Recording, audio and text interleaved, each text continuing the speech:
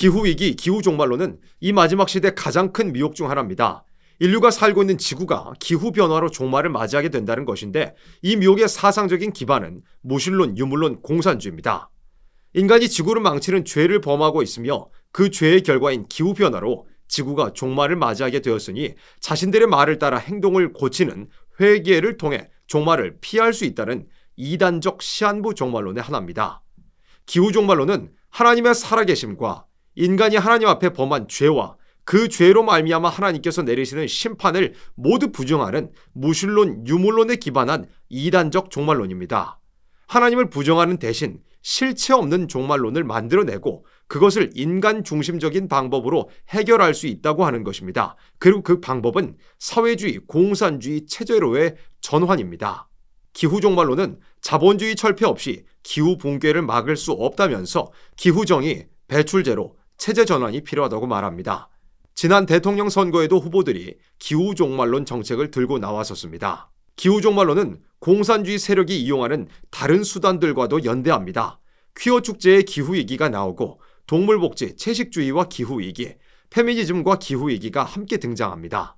심각한 것은 교회들도 이것이 미혹이라는 것을 명확하게 분별하지 못하고 있다는 겁니다.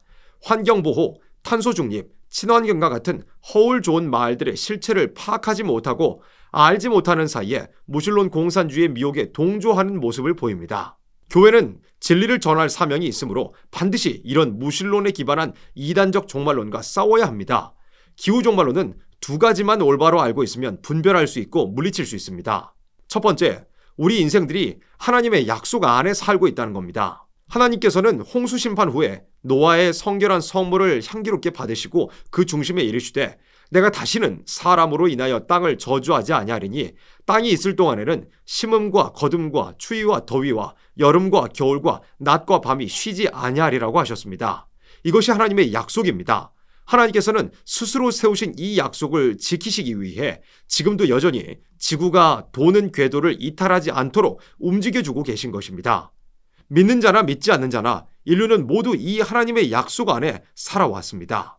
또한 앞으로도 심판이 있기 전에는 결코 심음과 거둠과 추위와 더위와 여름과 겨울과 낮과 밤이 쉬지 않을 것입니다.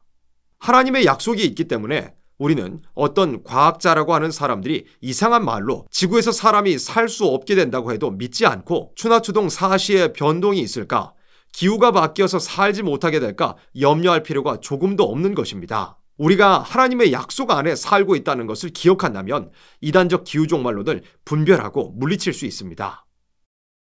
두 번째, 앞으로도 하나님께서는 약속대로 이루신다는 것입니다. 지금까지 인류 역사를 미리 약속하신 대로 이루셨던 하나님께서 인간의 종말도 동일하게 약속대로 이루실 것입니다. 그 약속은 성경에 분명히 기록되어 있습니다. 하나님께서 약속하신 참되고 유일한 종말론은 이것입니다. 인간들이 아들까지 내어주신 하나님의 사랑을 저버리고 하나님의 말씀을 지키지 않는 죄를 범하였고 그 죄로 인해 지구가 불심판으로 종말을 맞이한다는 것이 올바른 종말론입니다. 예언의 말씀을 지키며 참된 회개를 통해 하나님의 긍휼을 입은 생명들은 심판을 피하고 이 땅에 이루어지는 에덴 동산의 회복, 그리스도의 나라, 천년왕국에서 죽지 않을 몸으로 저주, 사망, 고통, 눈물이 없는 축복을 누리게 될 것입니다. 천년왕국이 마치면 처음 하늘과 처음 땅이 사라지고 새 하늘과 새 땅, 무궁안식 시대가 이루어진다는 것이 올바른 종말론입니다. 하나님의 약속대로 이루어질 종말론을 올바로 무장한다면 이단적 기후종말론을 분별하고 물리칠 수 있습니다.